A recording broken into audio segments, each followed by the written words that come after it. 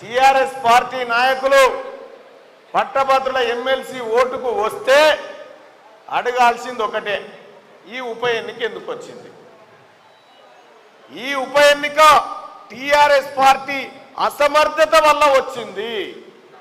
పట్టభద్రులకు న్యాయం చేయాల్సినటువంటి పల్లా రాజేశ్వర్ రెడ్డి కాడి నడిమిట్ల ఎత్తేసిపోతే వచ్చింది ఈ ఉప ఎన్నిక.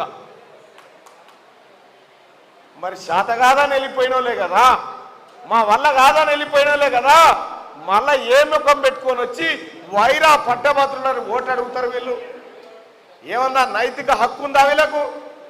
టిఆర్ఎస్ పార్టీకి పట్టభద్రుల ఓటు అడిగే హక్కు ఉందా? లేదు.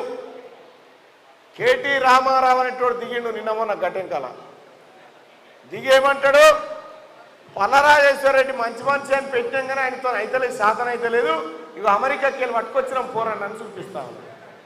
ఈ టిఆర్ఎస్ పార్టీలో ఒక నాయకుడు దొరకలే, ఉద్యమకారులు దొరకలే, ఆ పార్టీ నమ్ముకున్న ఏ ఒక్కరు కూడా దొరకలే. అక్కడెక్కడికో బయట పార్టీలకి పట్టుకొచ్చి ఇగో ఈయన మా పిల్లగాడు అని చెప్పి చూపిస్తా ఉన్నారు. సోదరులారా, అసలు వీళ్ళకు ఓటు ఎవడేయాలి? ఫస్ట్ టిఆర్ఎస్ పార్టీ వాళ్ళకు ఓటు ఎవడేయాలి? పట్టభద్రులైతే వేసే పరిస్థితి లేదు. ఎందుకంటే ఉద్యోగాల పేరుతోని మోసమేనా,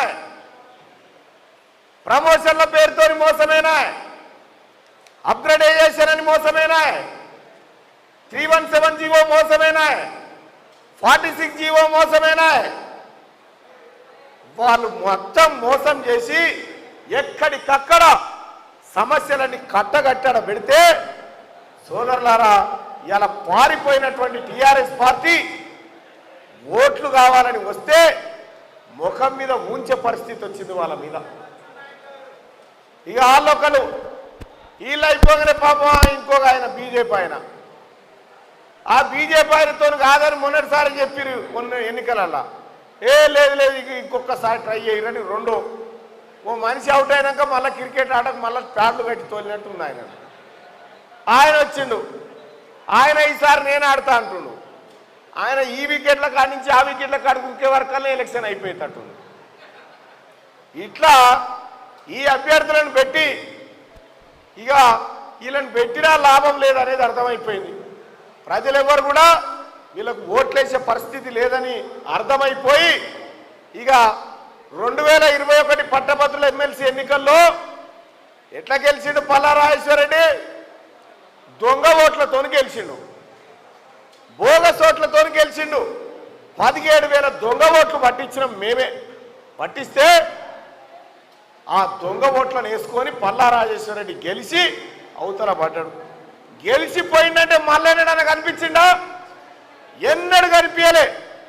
అదే మీ తమ్ముడు తీన్మార్ మల్లన్న ఓడిపోయిన మరుసటి రోజు నుంచి ఈ ప్రజల కోసం యుద్ధమే చేసుకుంటూ వచ్చింది తప్ప ఒక్క రోజు కూడా ఖాళీగా లేడన్న విషయాన్ని గుర్తుపెట్టుకోండి సోదరులారా. ఏం జరిగింది తీన్మార్ మల్లన్న వ్యవహారంలో? వందలాది కేసులు నా మీద పెడితే మా రఘురామ్ రెడ్డి అని అంటుడు, మల్లన్న మీద ఇన్ని కేసులు పెట్టిరండి. 100 దాకా పెట్టిరన్నా. కాంగ్రెస్ ప్రభుత్వం రాగానే చాలా మంది ఎవరిని కేసు ఆడు ఉడవిక్కొని పోయిండు. ఆయన ఉత్తగానే పెట్టమంటే పెట్టాము, అప్పుడు మేము ఉత్తగా పెట్టామని పీక్కొని పోతే 56 మిగిలినాయి. ఇవి కూడా ఉన్నాయి. తీన్మార్ మల్లన్న మీద కేసులున్నాయి, ఆయన కోట వేద్దని కేటీ రామారావు చెప్తా ఉన్నాడు. నా మీద ఉన్న కేసులు ఈ ప్రజల కోసం కొట్లాడినా, మీ హక్కుల కోసం కొట్లాడినా, మీ పిల్లలకు ఉద్యోగాల కోసం కొట్లాడినా, మీ జీతాల కోసం కొట్లాడినా, మీ జీవితాల కోసం కొట్లాడినా, అందుకు నా మీద కేసులైనాయి. నీ చెల్లి ఎందుకు పోయింది జైలుకు? దేనికోసం పోయింది కవితమ్మ జైలుకు? సారథంగా చేసిపోయింది. నీ చెల్లెకు మాకున్నటువంటి తేడా గది. సిగ్గు లేకుండా భూ కబ్జాలకు పాల్పడి, అక్రమాలకు పాల్పడి, 1000 ఎకరాల భూమిని చెరబట్టి బెదిరింపులకు పాల్పడి, మొన్ననే కాదు టాస్క్ ఫోర్స్ రాధాకిషన్ రావు ఏం చేసిండో లెక్క బయటకు వచ్చింది. కిడ్నాపులు చేసిర్రు, కూనీలు చేసిర్రు, బెదిరింపులకు పాల్పడి ప్రజల్ని హింసించినటువంటి దొంగల ముఠ కల్వకుంట్ల చంద్రశేఖరరావు ఆయన కొడుకు ముఠాలు. ఇంకా సిగ్గొస్తలేదు.